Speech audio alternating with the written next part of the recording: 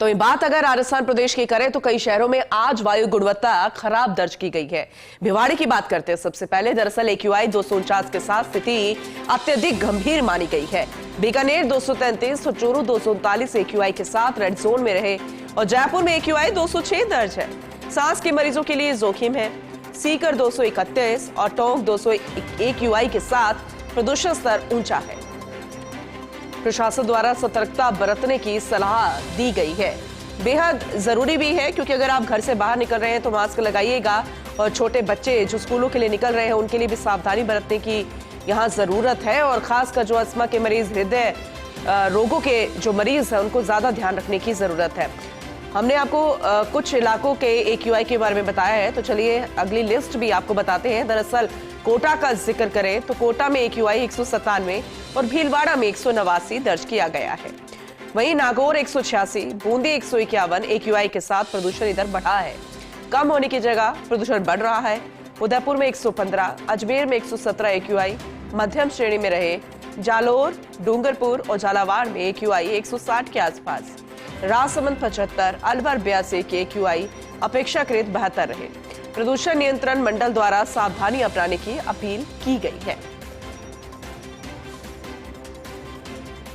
राजधानी जयपुर में भी प्रदूषण का स्तर खराब है और कई जगहों पर बहुत ज्यादा AQI यानी कि 200 के पार रिकॉर्ड किया गया है।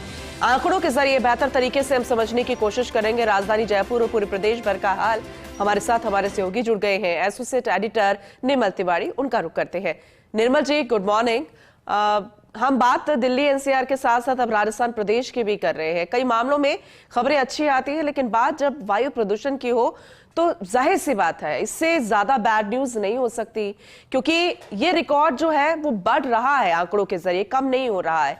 तो फिलहाल आज का आंकड़ा क्या कहता है AQI का राजस्थान में और कैसे सुधार किया जा सकता है, ये अपडेट कीजिएगा।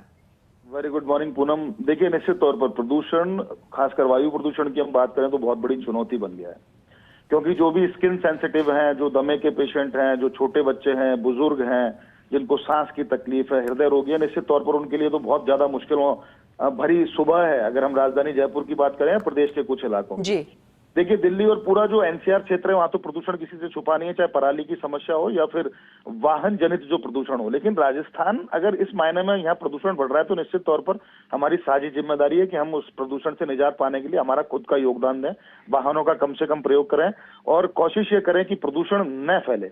देखिए, अगर सीधे तौर पर बात करें तो भिवाड़ी तो निश्चित तौर पर सर्वाधिक प्रदूषित है ही, वहां 249 AQI का स्तर है जो एयर क्वालिटी इंडेक्स है। लेकिन बीकानेर जो है, पूरा बीकाना जो क्षेत्र है वहां 233 आज दर्ज किया गया है AQI, निश्चित तौर पर बहुत ज्यादा है। उसके अलावा चूरू की बात करें तो 239, वो भी बहुत ज्यादा है। और पाली अगर हम जाएं, नागौर की बात करें, सीकर की बात करें 231, टोंक की बात करें 200, तो निश्चित तौर पर बहुत ज्यादा बढ़ा हुआ है। लेकिन पूनम, जो उससे भी ज्यादा जो चिंता की बात है वो है राजधानी जयपुर, क्योंकि 65 से 70 लाख की आबादी वाली राजधानी जयपुर की बात करें तो यहाँ लगातार AQI बढ़ता जा रहा है। खासकर मानसरोवर क्षेत्र जो बताया जाता है कि एशिया की सबसे बड़ी कॉलोनी के तौर पर जो विख्यात है, निश्चित तौर पर वहाँ 269 AQI इस समय है, जो मॉडरेट से काफी ऊपर है। यानी यहाँ पर जो स्किन सेंसिटिव है या दूसरे जो रोगी है, निश्चित तौर पर उनको परेशानी का सामना करना पड़ रहा है। प्रदूषण के स्तर बहुत ज्यादा बढ़ा हुआ है। आदर्श नगर 203 है, सीतापुरा जो कि इंडस्ट्रियल क्षेत्र है वह 241, मुरलीपुरा 213, शास्त्री नगर 183 और हम पुलिस कमिश्नरेट क्षेत्र की बात करें तो 124।